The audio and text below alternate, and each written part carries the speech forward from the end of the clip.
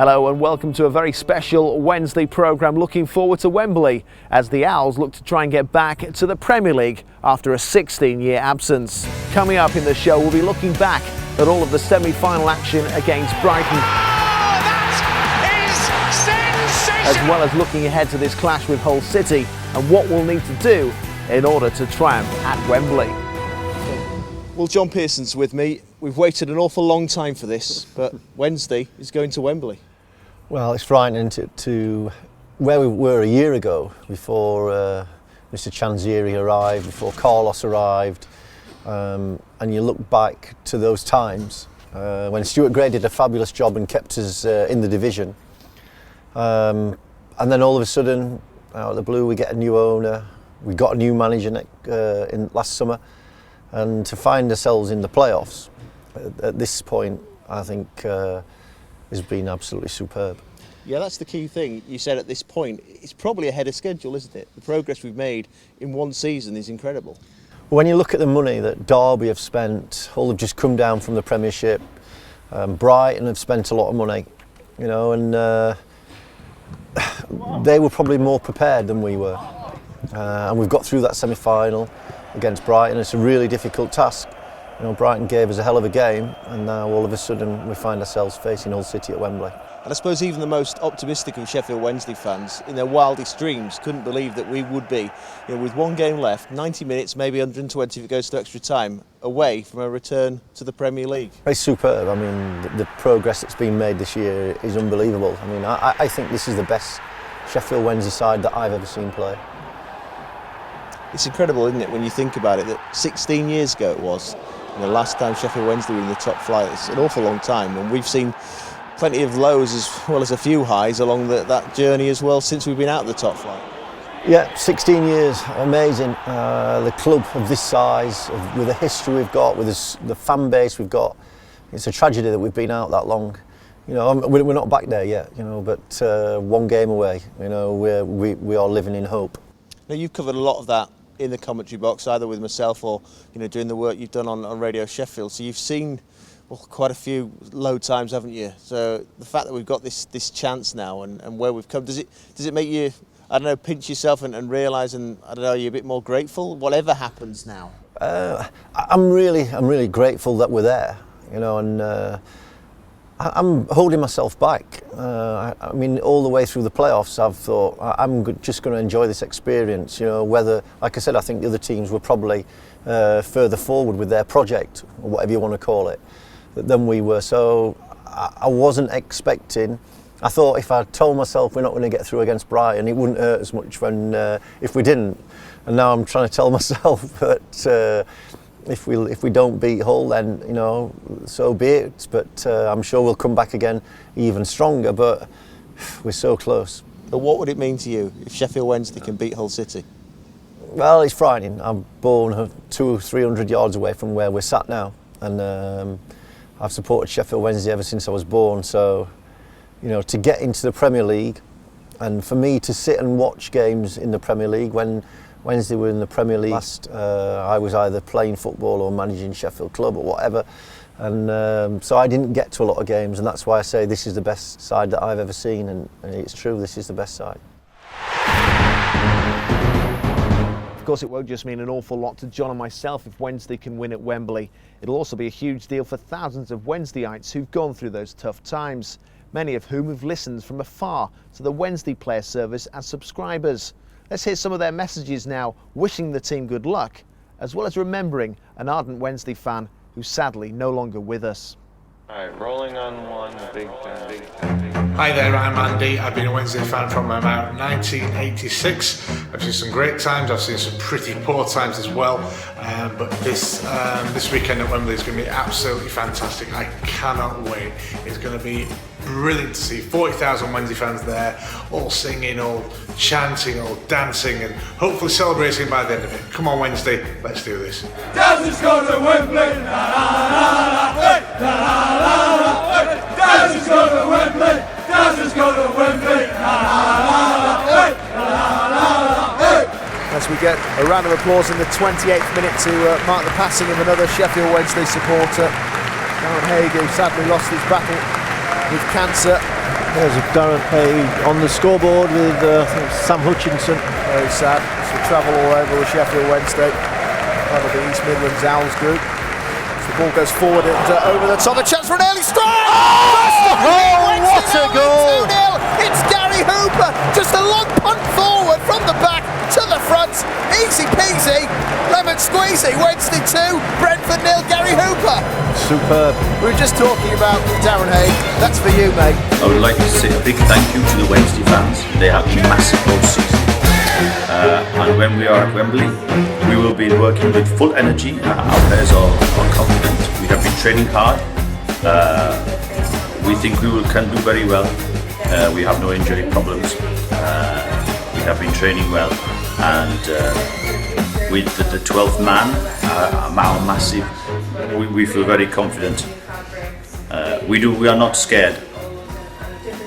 We are not frightened of the whole Tiger Cities. They are a big, strong team, but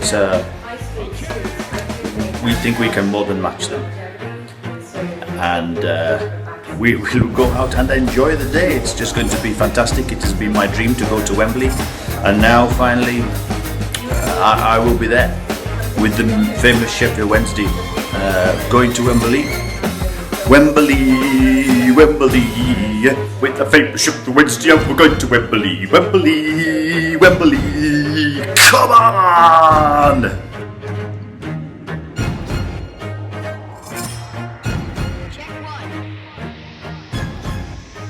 Hi, this is Brian, your USAL from Roebling, New Jersey. Yes, a native-born American Sheffield Wednesday supporter since 1980. Been there, done that, through thick and thin. There's only one thing to say. Pedal to the metal, full throttle. Come on, Wednesday, we can do this.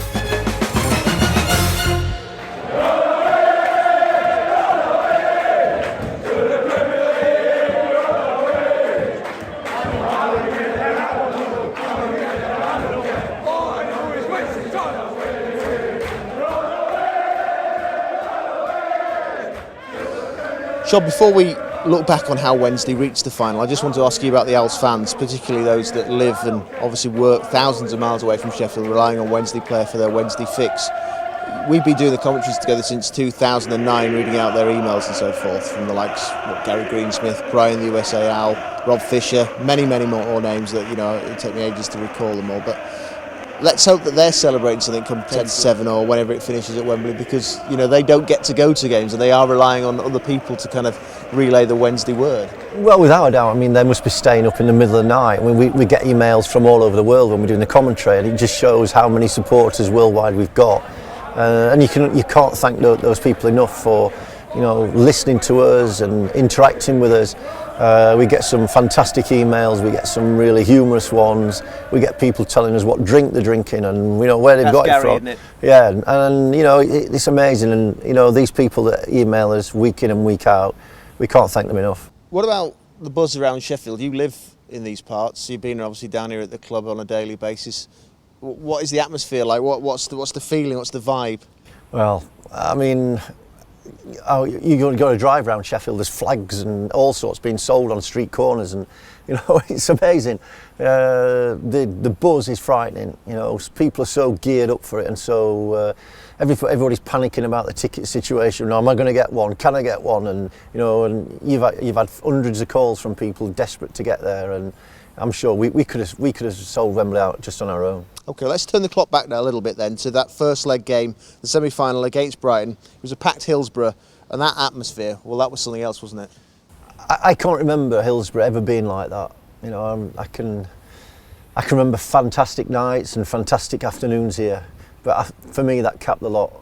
I mean, Cardiff was brilliant when we beat Cardiff 3-0 to get into the playoffs and, you know, secure our place. But that night against Brighton, that beat everything that I've ever seen. I'll be honest, I wasn't particularly nervous about that game. I felt really positive going into it. You know, I know they'd narrowly missed out on promotion. I didn't know whether they'd have a hangover or anything, but just the way we started that game on Friday, there was a real professional approach, wasn't there, that we saw. You know, there was a great atmosphere, there's a lot of pressure, expectation, but the players from the first minute, superb. I don't think there's any doubt. I think we've got players now. I've seen teams in the past where You know, you talk about, and the questions have come up, you know, are the players a little bit scared of playing at Hillsborough? Does it intimidate? Now, from playing here myself and then going to Charlton Athletic, there is a massive difference. I don't think the players now, your Kieran Westwoods, your Tom Lees, you know, your Lopez, and you know, your Sam Hutchinson, these type of players, you know, love to play here. Forestieri, Bannon, they're all experienced. They love the big crowd. They love the big occasion, and I'm sure that they'll be even better in front of a packed house at Wembley. John, of course, was with me at Hillsborough for the semi-final first leg against the Seagulls. It was certainly a night that will live long in the memory. Everything that could go right for Carlos Carvalho's men did so, while his opposite number, Chris Hughton, was left to rue injuries to 4 key players. Let's look back now then at the highlights on one of the biggest nights in Sheffield 6 in many a year. In it goes into the middle and it's gone in, no! It comes off the foot of the post. Well, I thought that was off into the bottom corner and it's just hit the frame right at the bottom. I think it was Hemed who might have got his head to that. Padil goes over his head, but he can turn and get it again. Sends it back into the middle. Who believes it? It's Forestieri. Pulls it back now. Wallace! He's pulled it wide of the goalkeeper. Does he get a touch to it? He must have done. There's a deflection on the way. Luvens will return it back for Westwood. He will be pressurised here. Chasing hard with Sam Baldock. He's gone long. It might run through towards Forestieri. Forestieri scores! He scored! Forestieri has scored! What a finish! Into the bottom corner! It's the little man who's come up with a good so many times! And Wednesday break the deadlock in 19 minutes! A long punt forward. He found Forestieri. He was offside. Is he giving offside? Not again. We're not having this. We're not having this. We had that when we had a less important goal earlier this season from Michael Turner. I thought he was offside. Towards Gary Hooper. First time pass out wide towards the right hand side. It's now with Wallace. Wallace comes inwards. Wallace will strike. It's in! It's in! There's no stopping that goal! Wednesday do take the lead! And it's Wallace into the bottom corner. Refreshed after his 3-match ban. And an absolute ripper into the bottom corner past David Stockdale. Advancing Sheffield Wednesday. One step closer to Wembley. It's Sheffield Wednesday 1, Brighton 0. Well, what an absolute beauty. Ross Wallace, why is he 35 yards out? That is a superb first goal of the season. We've had some fantastic goals, but that beats them all. Superb Ross Wallace. Here it is, it just cuts inside on the left foot, keeps it low, right into the bottom corner. The goalkeeper just can't get there. Perfect finishing. The ball's gone forward here towards Kieran Lee on the right hand side. He just puts it back towards Daniel Padilla, low shots! It whistles past the post, he kept it down again. Comes over towards Jack Hunt. Hunt on this right hand side. Plays it inside there for Forestieri, slips it through. Kieran Lee with a chance! Yeah! And it's Kieran Lee with a fine finish. Typical Kieran Lee movement in towards the area. He just bends it into the corner. Wednesday do have a second goal. 72 minutes. It's Kieran Lee with a bursting run from midfield. Wednesday are closer to Wembley, and we've got a 2-goal cushion thanks to this strike from Kieran Lee. Well, Kieran Lee was so cool, so cool. He's one-on-one with the goalkeeper. Left him with no chance. He's fired it across his right hand into that far corner. What an excellent finish, Kieran Lee.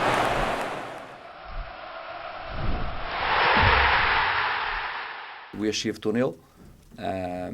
We are happy about the game, about the score, but we know that we don't win absolutely nothing. And the first part of the 2 games is finished. We have an advantage of 2 goals, and now we must play the second part on Brighton. And we must understand in that game that we can't play thinking that we are winning 2-0, but the game will start with 0-0.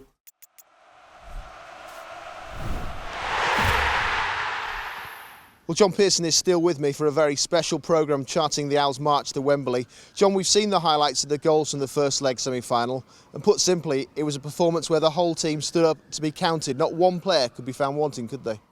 No, a complete team performance on that night. You know, we came away with a 2-0 victory to take down to Brighton, and in the end that was enough. I know in the past we've said that Wednesday have been something of a second half team, but on this occasion, as was the case in the Cardiff game, which saw us make sure of that playoff spot, the players stepped up to the plate from the very first minute, didn't they? Yeah, I mean, like I've said, we have got big game players. You know, look at Hooper. You know, he stepped up to the plate big time, and we've got goal scorers in the side. We've got defenders who get forward, and we're full of energy. And when we're at our best, we're playing at a high tempo with lots of energy, and we zip that ball around. And I expect, that's how we would play at Wembley. I suppose the only negative was that we didn't get the third goal when Brighton were down to 10 men because of the injuries they got. If we'd got one then, do you think surely that would have taken away some of the nervousness from the second leg that followed, of course, at the Amex? I think there's always going to be nervousness. You're at half time, and we if we'd have won 3-0, obviously it gives us that extra cushion. But over the 2 legs, we did more than enough. One of the talking points, though, from that first leg game was the disallowed goal for Forestieri. There was a bit of confusion actually at the time, but I suppose you have to give credit where credit's due. The officials actually made the correct call in the end. They did in the end. I mean, because we weren't sure what happened. I mean, I went and spoke to the media team at half time and said, what was the reason? I thought he was offside. He came back from an offside position. I just wondered why the linesman didn't put his flag up straight away and make it clear. But the reason was he didn't know whether Gary Hooper had actually touched it or not. So I think that was a fair explanation, and the officials got it right. Time now to take a look at the highlights from the second leg at the Amex Stadium. There wasn't much opportunity to rest between the 2 games, but remarkably, Brighton managed to get 2 of their injured stars out of the treatment room and ready to play after suffering those knocks on Friday. Wednesday, perhaps unsurprisingly, named an unchanged side, but what they didn't expect was an onslaught that came for the first half hour as Brighton literally threw the kitchen sink to try and get back in the tie. In comes the corner, it's a high one towards the back post, up goes the header, drops down 6 yards out, drilled towards goal, saved, good chance here for a strike on goal, blocked again, appeals for a handball, and then skewed wide and goes behind in the end for a goal kick. But Sheffield Wednesday automatically under pressure in the opening moments of this game, Brian Laws. Well, again, that was a real difficult moment there for Wednesday, first corner of the game, and we've seen it at Wednesday on Friday. Brighton's threat from set plays, they are very, very good, very strong, and with Dunk coming in at the back, he is another strong, attacking-minded centre-half. Knockhart has his left hand in the air. The referee allows them to take it. Up steps Knockhart, left-footed around the wall and off of the post, across the face of goal and out for a goal kick. That is as close as you can come to scoring without the ball hitting the back of the net. 0-0 here, but Brighton swarming all over Sheffield Wednesday so far in the opening 12 minutes. Knockhart and Scalak stand over it. Knockhart steps up low underneath the wall and saved down to his left by Kieran Westwood. This time it took the save of him to keep it out of the back of the net. He went underneath after last time going over the top, and both times he has failed to break the deadlock. There's a concern that they're getting through too easy. The ball clipped over the top here, no offside flag, it drops on the edge of the area and a strike towards goal goes over the top. It was hit well by Baldock on the spin. Bruno swings it back in there again for Brighton to the back post. The header goes up from a Brighton defender and he's half cleared away out onto the far side. Greer plays it to Scalak, he'll whip it in there and he's flicked towards goal and nodding down and just wide. How has Knockhart not put Brighton ahead there? Only 3 defeats here for Brighton this season, and they are certainly the side in the ascendancy in this game. Here is the free kick then on this near side, a low one towards the near post and turned in. It's poked home. It's Lewis Dunk, the centre half, who gets it. And 18 minutes in, Brighton Hove Albion are back in this tie. They race back to the halfway line.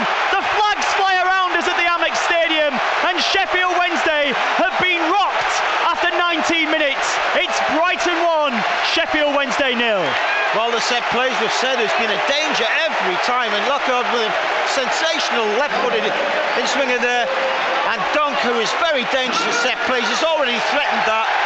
He's there on the back post, free and easy, that can't be right. Wednesday, we've got to be tighter in these situations. Barry Bannon for Wednesday. Bannon will slip it down the right-hand side to Wallace, his cross, can't find Hooper. Cleared by Brighton, the first bit of real defending they've had to do. Now Hunt on the far side, he's got Wallace in support, here is Ross Wallace. Wednesday looking dangerous for the first time as the cross comes in. It's a goal! It has gone straight in from Ross Wallace, and Sheffield Wednesday are level here at Brighton. Wallace scores again, and 27 minutes into this game, and maybe it will be Wembley after all for Wednesday. Wallace scores straight in from the cross, and it's Brighton 1, Wednesday 1, and 3-1 on aggregate. Wow, I can't believe what's just happened there. I don't know why. All of a sudden, Brighton player, nobody touched the ball. It's Wallace with his left foot just swings it in. You know, it's just aimlessly, really, but he's gone towards the back end of the post. Nobody's went near it. Goalkeeper was misled. In the end, it's gone straight in the back of the head. Here comes Bruno for Brighton. Wednesday have got to hold on to possession. As Kyle gets it in there, opportunity for Brighton, and it's toe poke towards goal by Wilson and saved by Kieran Westwood, Brian Laws. Well, I've got to say, Brighton have had four clear opportunities to score a goal, and they're just cutting through the Wednesday back four. As the cross comes in deep again, and it's headed down, it's a real chance, it's cleared to the edge of the box, it's scrambling around, is it going to go in? It is cleared off the line, and it's Hooper over halfway, he's been tracked, he's found Forestieri. Wednesday could end it here, as Forestieri crosses into Hooper. What a save by Stockdale, an incredible chance for Wednesday. Moments after they survive at one end, they attack. A great combination between Hooper and Forestieri, and a fantastic save from Stockdale keeps Brighton in it, Brian Laws. Well, I can't believe that again. What an opportunity there was for Wednesday to actually seal the game. Bannon just coming forward to the edge of the area, still going. Barry Bannon hits it left-footed. On it's fumbled by Stockdale. Comes to Wallace, he cuts it square and cleared away here. Here's a chance for Wednesday to finish it as Lee gets it into Nuhiu. He's headed it wide. They didn't win automatic promotion at Middlesbrough, and they will not win promotion via the playoffs, it seems, as Wilson slides to the deck, loses the ball. Hutchinson slides in, it could just break for Dunk, saved by Westwood. And even at this stage, Kieran Westwood is there. A new legend is born at Hillsborough. Unlike Big Ron Atkinson and Trevor Francis, he will be taking Sheffield Wednesday to Wembley. 23 years since that FA Cup final replay in 1993. Wednesday are heading back to the capital. They will make their first visit to the new Wembley. Sheffield Wednesday have won in the playoffs against Brighton, and they are 90 minutes away from the Premier League.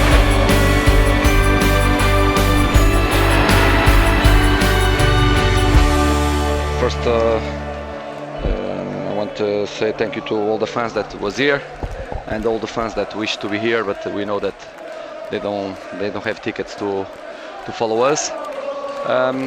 It was a game that is a good example of the whole season.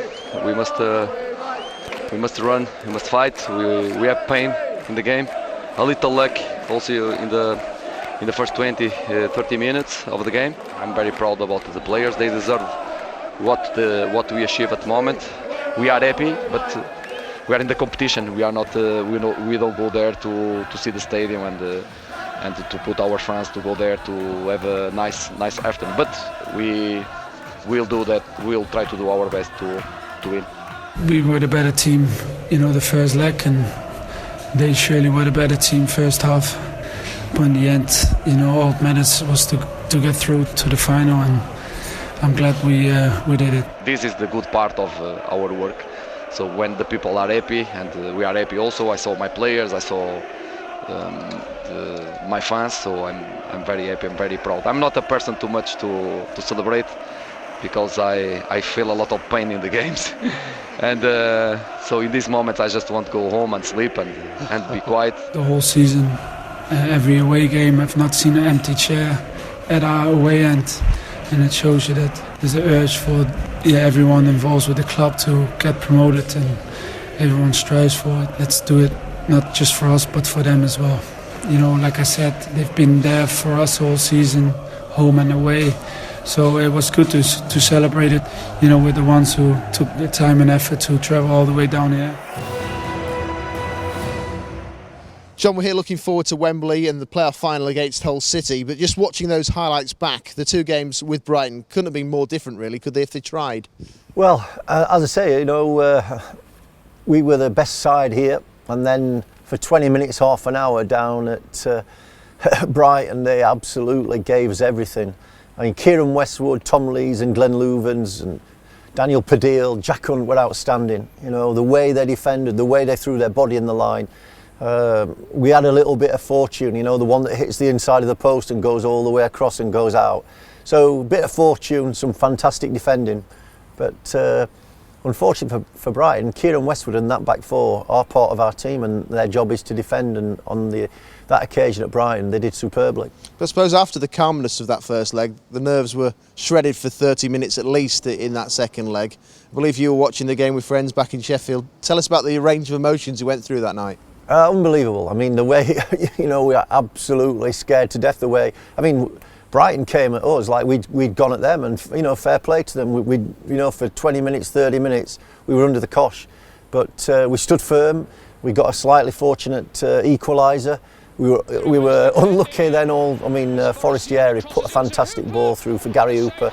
You know, the goalkeeper's pulled off a fantastic save, and we could have actually gone in at half-time 2-1 up. Despite the rollercoaster of emotions that we experienced watching the second leg, it was also a sign, I suppose, of the team's strength of character, is it not really, that they're able to dig deep, grind out a result when that situation arises, even when the pressure is on? I think they've shown that, you know, for all season. You know, there's been times when things haven't been going great, and you look at a lot of the home games where, you know, we've been drawing, or I can't remember Huddersfield, where we're maybe a couple of goals down, and, you know, we've come back to win 3-2. So I think they've shown that throughout the season. We are, of course, building towards the final in this special Wednesday programme. There's no doubt that Carlos Carvalho will have his side well prepared for the test presented by Hull City. But what's also a certainty is that the team will be cheered on every step of the way by you guys.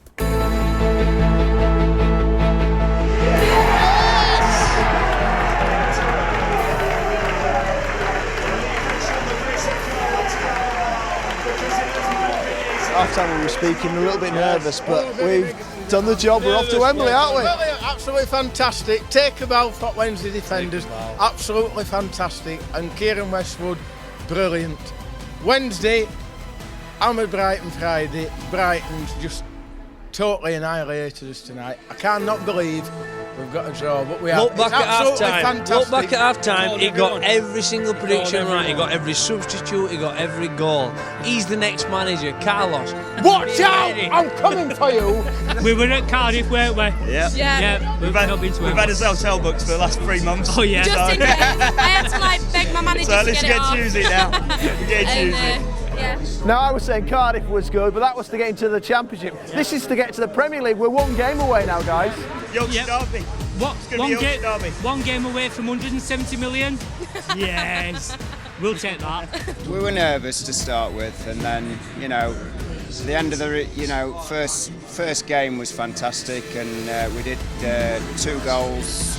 We should have got the third one, and we'd have been happy for this one, but you know, to fight the way we did do was fantastic. I've never seen a half of football where one team dominated so much, and the way that Brighton played, it was unbelievable. I didn't think we'd come out of it scoring a goal in the first half, and to come out of it with a 1-1 draw, it's brilliant. I think they were playing better than we were to begin with, and our goal was perhaps slightly fluky, but such just desserts for a really hard-fought season. Well, it's going to be an amazing final between Hull and Sheffield Wednesday, two northern teams. I suppose you could say Hull are almost in Yorkshire, so it's a kind of a Yorkshire or Yorkshire Humberside derby. It's going to be a fantastic day out. I've never been to the new Wembley. I've been to the old Wembley, and I've been to the Cardiff Millennium Stadium. I've never been to the new Wembley. It's going to be a first for a lot of us. We're going to have a great day. And I hope we're going to see a great game, and obviously I hope we're going to see Sheffield Wednesday win. Carlos is absolutely fantastic. Carlos, absolutely brilliant, and I can't do what Carlos does. Just a joke. He just did it tonight. Yeah, one night. All right. How far has this team come? It's unreal. It's amazing. Didn't expect it. Expected another relegation scrap this year, but here we are. Unknown territory, weren't it? New manager, new chairman, different players. But no, they've come up. Big thanks to DC. fantastic. And Carlos. I mean, I can't really still take it all in that we're going to Wembley, you know.